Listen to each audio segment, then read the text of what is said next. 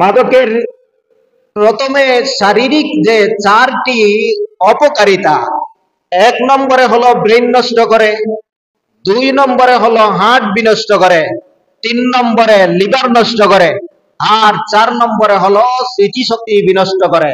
এই চারটি বিষয়ের সমন্বয়ে ইবনে মাজাহ শরীফের মধ্যে এক হাদিস আছে, হযরতে আবু দরদা রাদিয়াল্লাহু তাআলা আনহু থেকে বর্ণিত।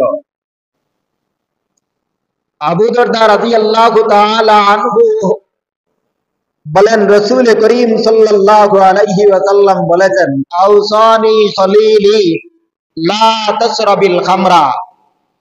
আমার দুস্থ, আমার প্রিয় নবী আমাকে ওসিয়ত করেছেন, জোরভাবে নির্দেশ দান করেছেন, লা তাশরাবিল খামরা, যে তুমি মদ পান করো না, মদ পান করো না। ফাইন্নাহা মিফতাহু কুল্লি শাররিন, কারণ এই মদ হলো সকল অকল্যাণ এবং শারীরিক অসুস্থতার মূল কারণ।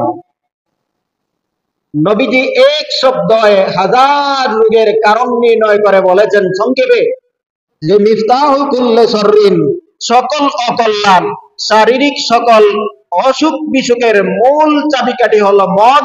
আর এই মদ যে পান করবে তার শরীরের মধ্যে হাজারো ধরনের জীবাণু এবং রোগ তৈরি হবে, হাজারো ধরনের। ফাইন্নাহা মিফতাহু কুল্লি শাররিন, সকল অকল্যাণ, সকল শারীরিক ক্ষতি, সকল শারীরিক দুর্বলতা, সকল জীবাণুর মূল হলো ওই মদটা। মাদক তুমি কোনোদিনও সেবন করো না।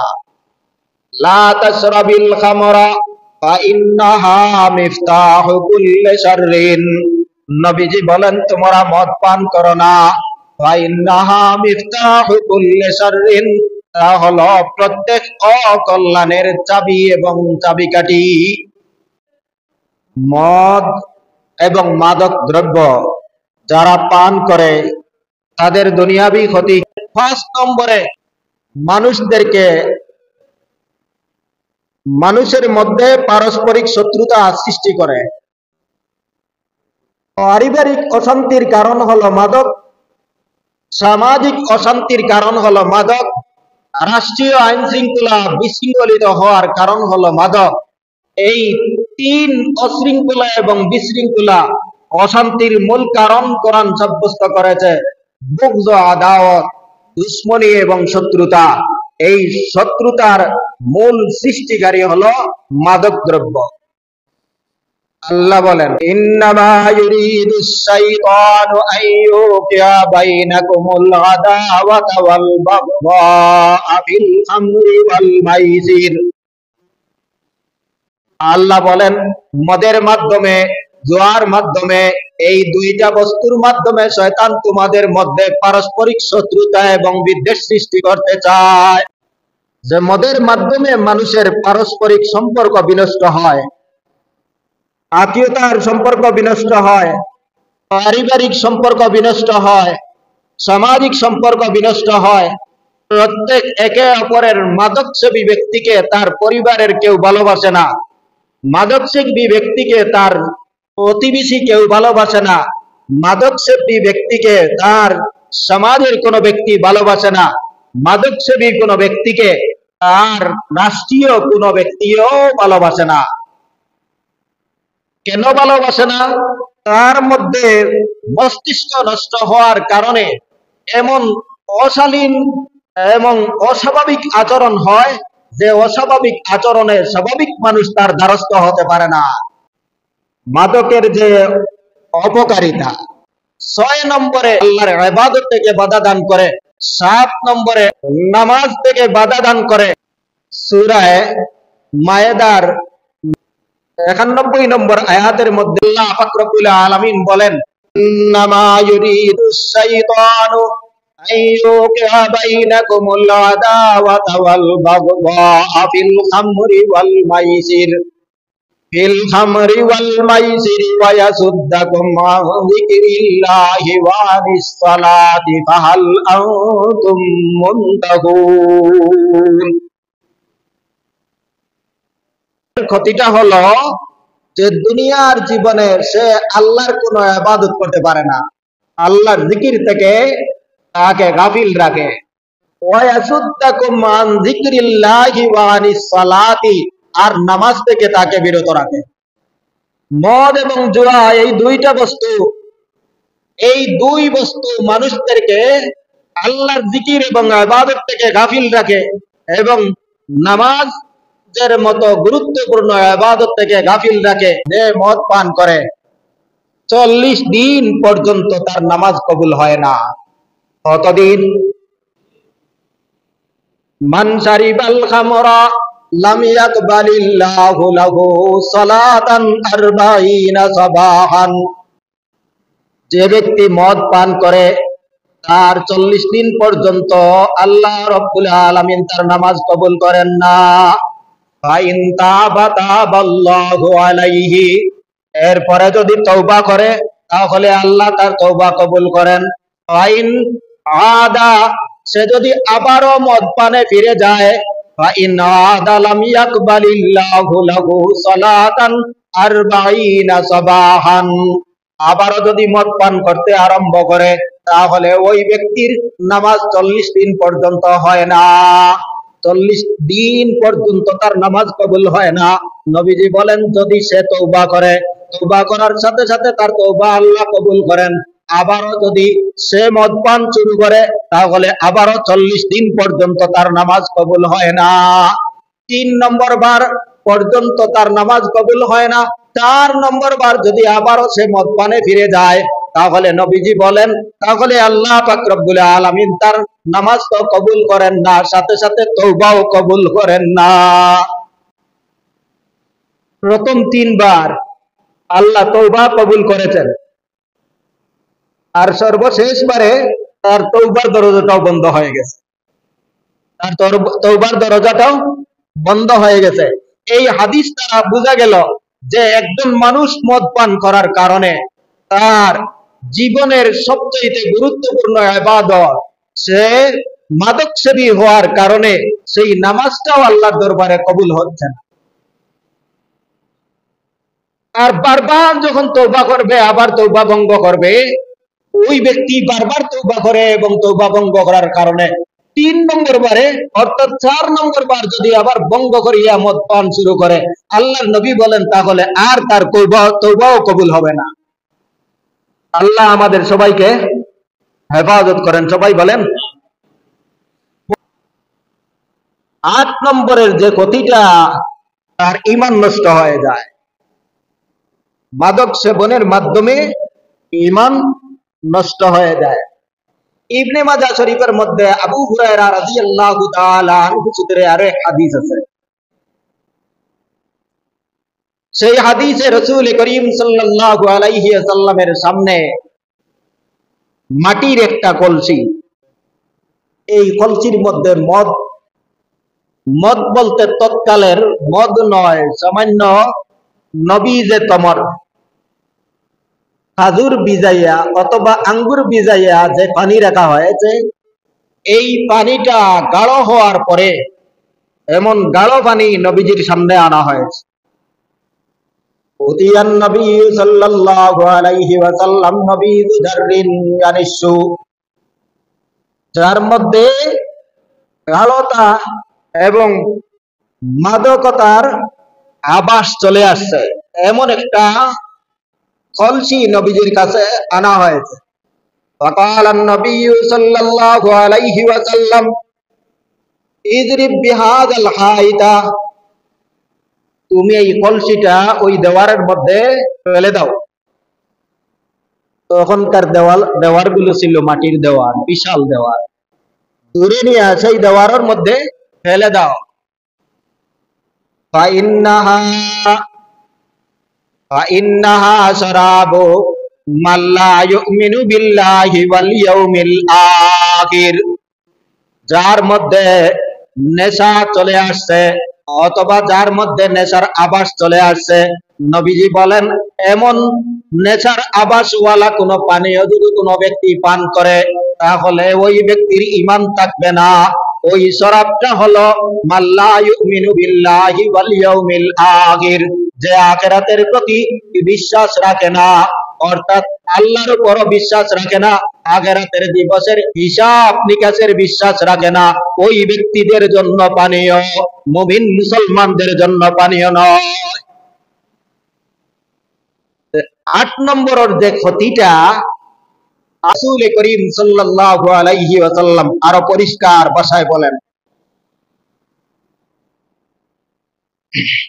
লা ইয়াজনি জানি হিনা ইয়াজনি ওয়া হুয়া মুমিন ওয়া লা ইয়াশরাবুল খামরা হিনা ইয়াশরাবুহা ওয়া হুয়া মুমিন।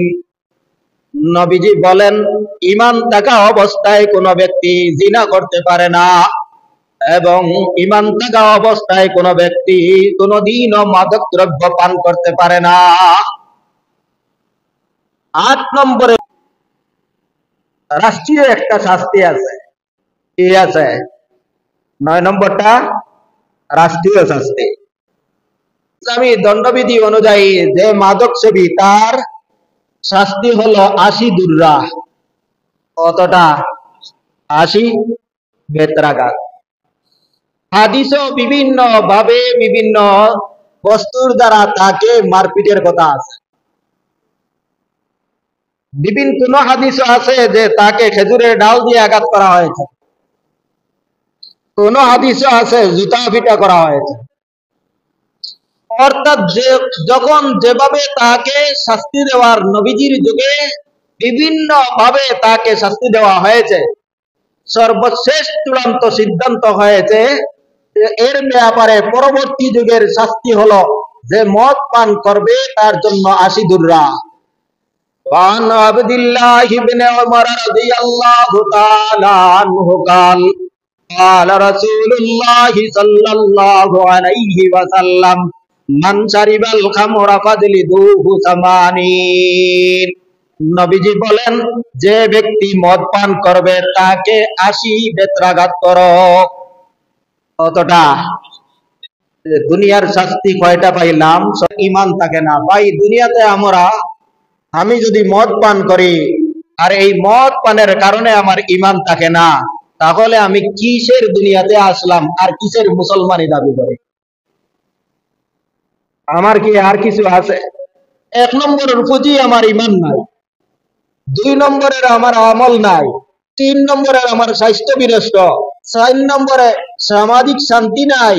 এই যে 4 জিনিসের ভিত্তিতে একটা দুনিয়া, একটা সমাজ, একটা রাষ্ট্র, একটা মানুষ থাকে, এই 4টা বস্তু তার মধ্যে নাই। যার শরীর সুস্থ নাই তার মতো অশান্তিওয়ালা মানুষ আর পৃথিবীতে নাই। যার ঈমান নাই তার মতো নিঃস্ব মানুষ দুনিয়া এবং আখিরাতে আর কেউ নাই। যার পারিবারিক জীবনে শান্তি নাই তার মতো অশান্তি মানুষ আর পৃথিবীতে নাই। যার সামাজিক জীবনে কোনো শান্তি নাই তার মতো অশান্ত মানুষ আর পৃথিবীতে নাই।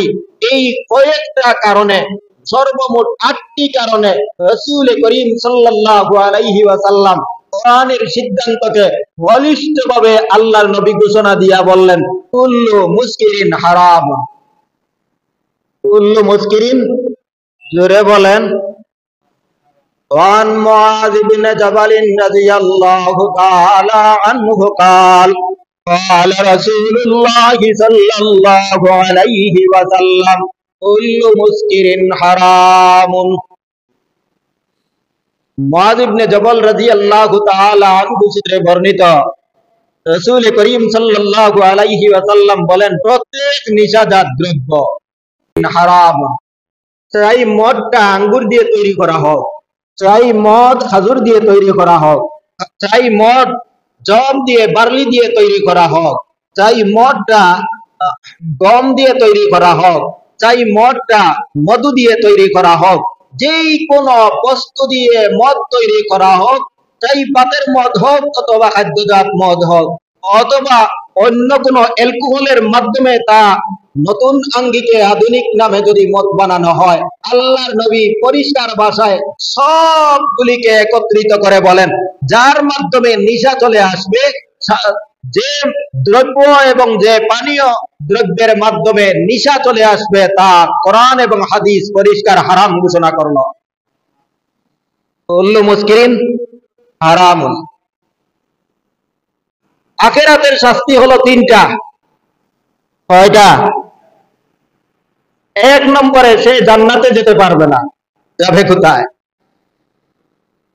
সে তো জাহান্নামে যাবে। দুই নম্বরে আখেরাতে সেবন করে তারা আখেরাতের শরাব থেকে বঞ্চিত থাকবে। তারা কি থাকবে? আখেরাতের শরাব থেকে। আখেরাতের তিন নম্বরের শাস্তি হলো আখেরাতে আল্লাহ পাক রব্বুল আলামিন জাহান্নামীদের গায়ের আগুনে জ্বলা রক্ত এবং পুঁজ তাদেরকে আপ্যায়ন হিসাবে দিবেন। নাউজুবিল্লাহ বলেন। আখেরাতের শাস্তি কয়টা পাইলাম? তিনটা। একটা হলো জান্নাতে যাবে না, একটা জান্নাতে যাবে না। দুই নম্বরে আখেরাতের শরাব পান করবে না। তিন নম্বরে জাহান্নামীদের রক্ত এবং পুঁজ পান করানো হবে। জাহান্নামীদের রক্ত এবং পুঁজ পান করানো হবে। এক নম্বরে যে বললাম জান্নাতে যাবে না, সেই হাদিসটা ইবনে মাজাহ, আবু দাউদ সব কিতাবের মধ্যে আছে। ওয়ান আবি মুসা আল-আশআরী রাদিয়াল্লাহু তাআলা আনহু قال قال رسول الله صلى الله عليه وسلم لا يدخل الجنة মুদমিনু খামরিন। নবীজি বলেন যে এই ব্যক্তি মদ পান করে সে জান্নাতে যাবে না। দুই নম্বরে বলছিলাম যে আখিরাতের কোনো শরাব পান করবে না। আবু হুরায়রা রাদিয়াল্লাহু তাআলা আনহু সূত্রে ইবনে মাজাহ শরীফের এক হাদিস, রাসূল করিম সাল্লাল্লাহু আলাইহি ওয়াসাল্লাম বলেন, মান শারিবাল খামরা ফিদ দুনিয়া লাম ইয়াশরাবহা ফিল আখিরাহ। যে ব্যক্তি দুনিয়ার জীবনে মদ পান করবে সে আখিরাতের জীবনে ওই শরাব, জান্নাতি শরাব পান থেকে বঞ্চিত থাকবে। নাউযুবিল্লাহ। তিন নম্বরে বলছিলাম, তিন নম্বর শাস্তি হলো তিনাতুল খাবাল, তাকে পান করানো হবে। ওয়ান জাবিরিন রাদিয়াল্লাহু তাআলা আনহু قال ইন্না লাল্লাহি ওয়াদান লামান ইয়াশরাবুল খামরা আন ইয়াসকিয়াহু তিনাতাল খাবাল।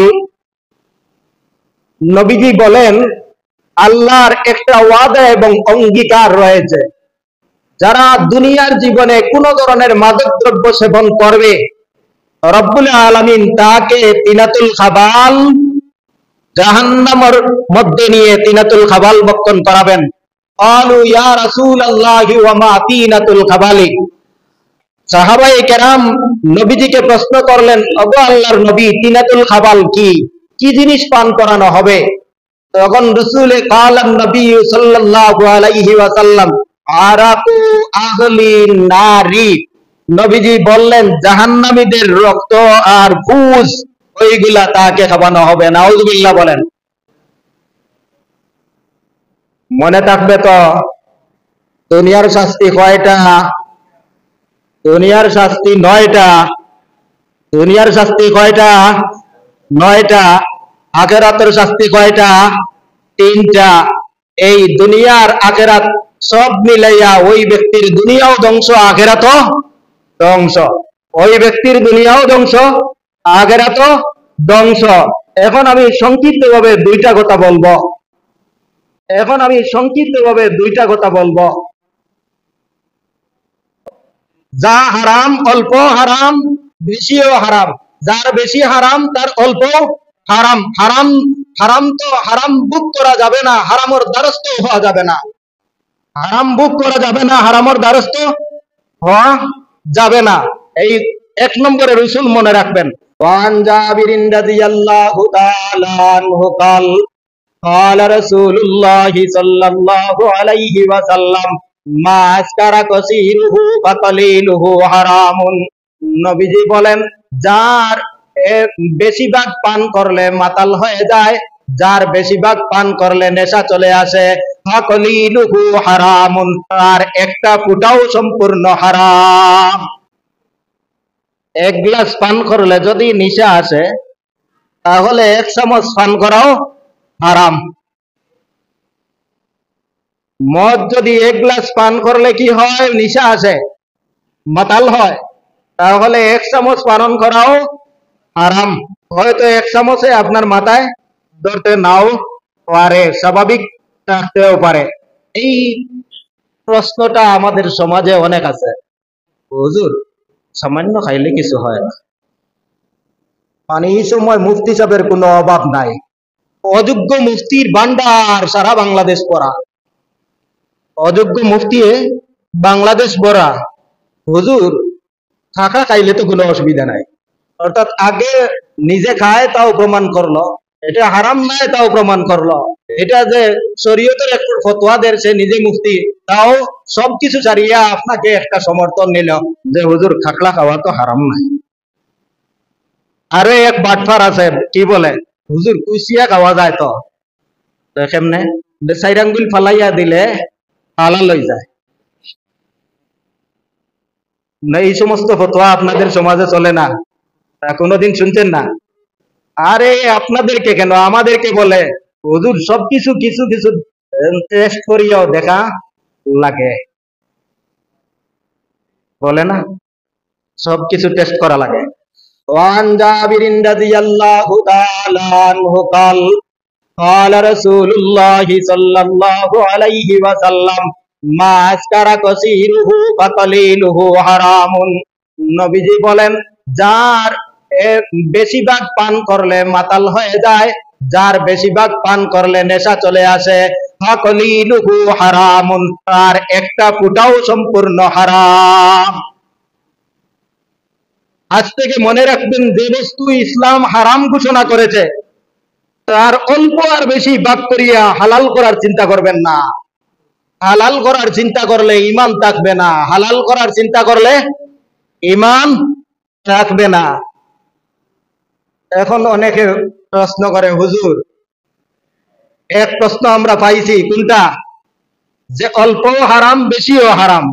মনে রাখবেন তো, যা হারাম অল্প হারাম বেশিও হারাম, যার বেশি হারাম তার অল্প হারাম। হারাম হারাম তো হারাম ভোগ করা যাবে না, হারামের দ্বারস্থ হওয়া যাবে না, হারাম ভোগ করা যাবে না, হারামের দ্বারস্থ হওয়া যাবে না, এই না হারামের দ্বারস্থ হওয়া যাবে না।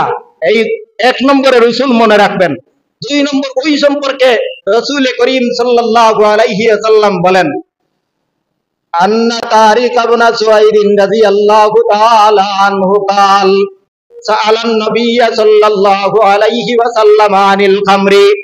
ইবনে তারিক রাদিয়াল্লাহু তাআলা আনহু নবীজিকে জিজ্ঞাসা করলেন মদ সম্পর্কে, আনাহাহু, নবীজি তাকে নিষেধ করলেন। আর খাওয়া যায়? জোরে বলেন। ফাকালা আসনাউহা লিদ-দাওয়াই, সাহাবী বললেন ইয়া রাসূলুল্লাহ, আমি তো সামান্য মদ একটু ব্যবহার করি ঔষধের জন্য। কিসের জন্য? জোরে বলেন।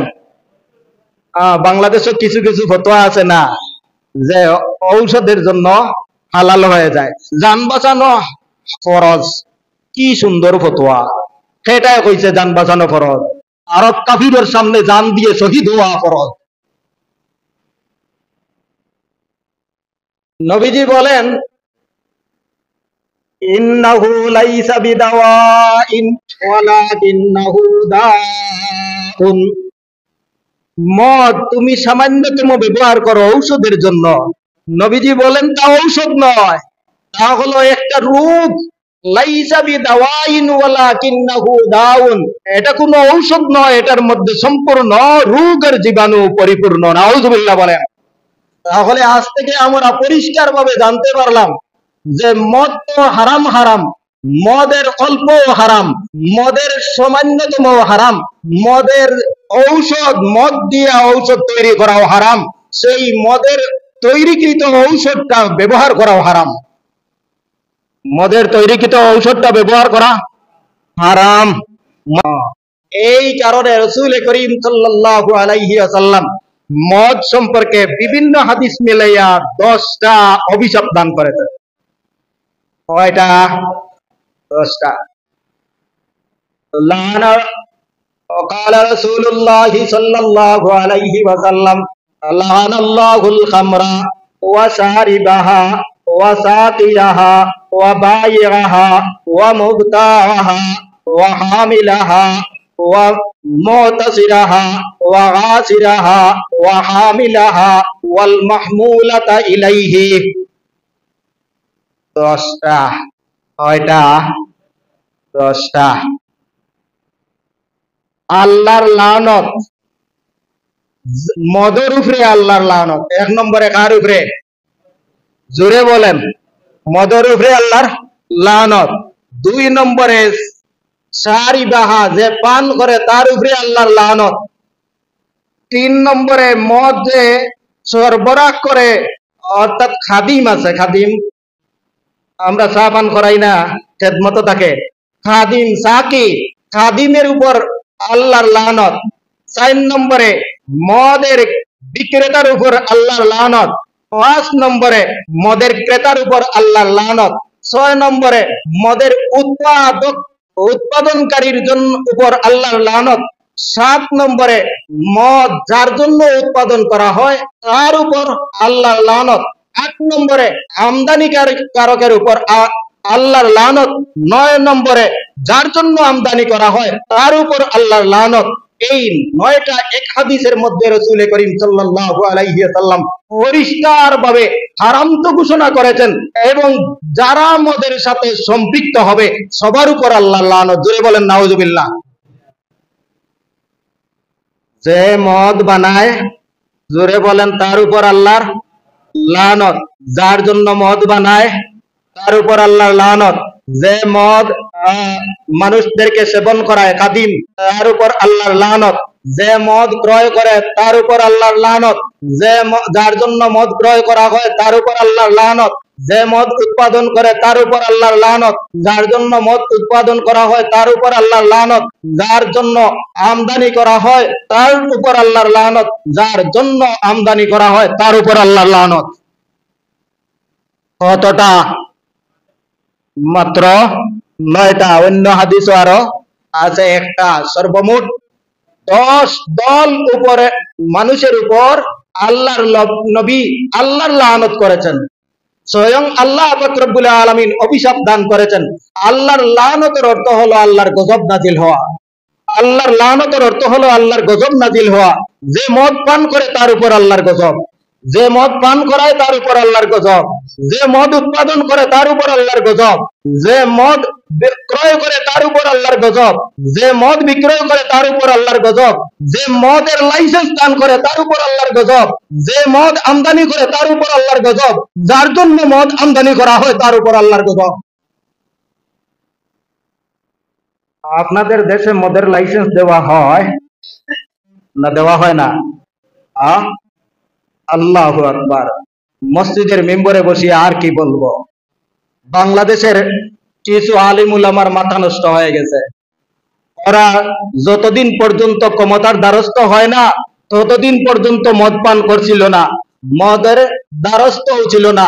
আর যখনই ক্ষমতার কোনো একটা মসনদে বসে গেছে তখন থেকে বলে যে মদ তো আমদানি করিয়া বিক্রয় করি, দেশের লাভ হয়, আর এই টাকা দিয়া মসজিদ চলে, মাদ্রাসা চলে, আপনাদের রাস্তাঘাট চলে, এই পেগোডা চলে, ধর্মীয় প্রতিষ্ঠান চলে মদের ব্যবসা দিয়া। চিন্তা করছেন না? আমার কথা আপনারা বুঝছেন না? দুঃখজনক, অত্যন্ত দুঃখজনক। ওই মানুষটা কেমনে এত নষ্ট হইল? ওই মানুষটা কেমনে এত মধুরী বন্ধ?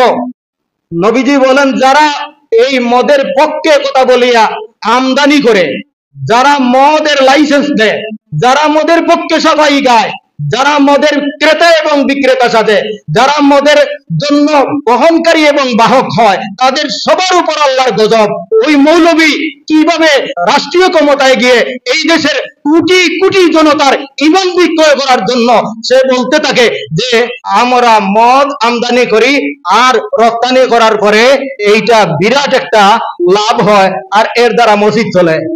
তোমরা ডক্টর হতে পারো, আল্লাহর কোরআন থেকে বিচ্যুত হয়ে গেছো, আল্লাহর দিন থেকে বিচ্যুত হয়ে গেছো, মানুষের ঈমান নিয়ে চিনিমিলে করা শুরু করে দিছো। কে বলেছে রাষ্ট্রীয় ক্ষমতায় গেলে মদ বৈধ হবে? বাচ্চারির তো একটা সীমা থাকা দরকার। আপনারা দেশের মসজিদ কিটা সরকারি আনাতে চলে? জুড়ে বলেন। বাইতুল মাল দিয়ে চলে? কতটা মসজিদ চলে সরকারি টাকায়? না, আপনারা বিশ্বাস করেন না? জন্য যারা রাষ্ট্রীয় ক্ষমতায় যাবে আর মদের লাইসেন্স দিবে, মদের স্বীকৃতি দিবে, মদের বেচা কিনার সুযোগ দান করবে, ওদের ঈমান নাই। ওদের কি নাই? ওদের ঈমান নাই। ঈমান নাই কেন বলছি? নামাজ একজনে পড়ে না, ওই ব্যক্তি গুনাহগার হয়। নামাজকে অস্বীকার করলে তার ঈমান থাকে না। নামাজকে অস্বীকার করলে ঈমান থাকে না। হজকে অস্বীকার করলে ঈমান থাকে না।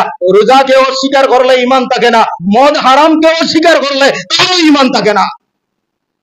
সে যত বড় মৌলবী হোক না কেন।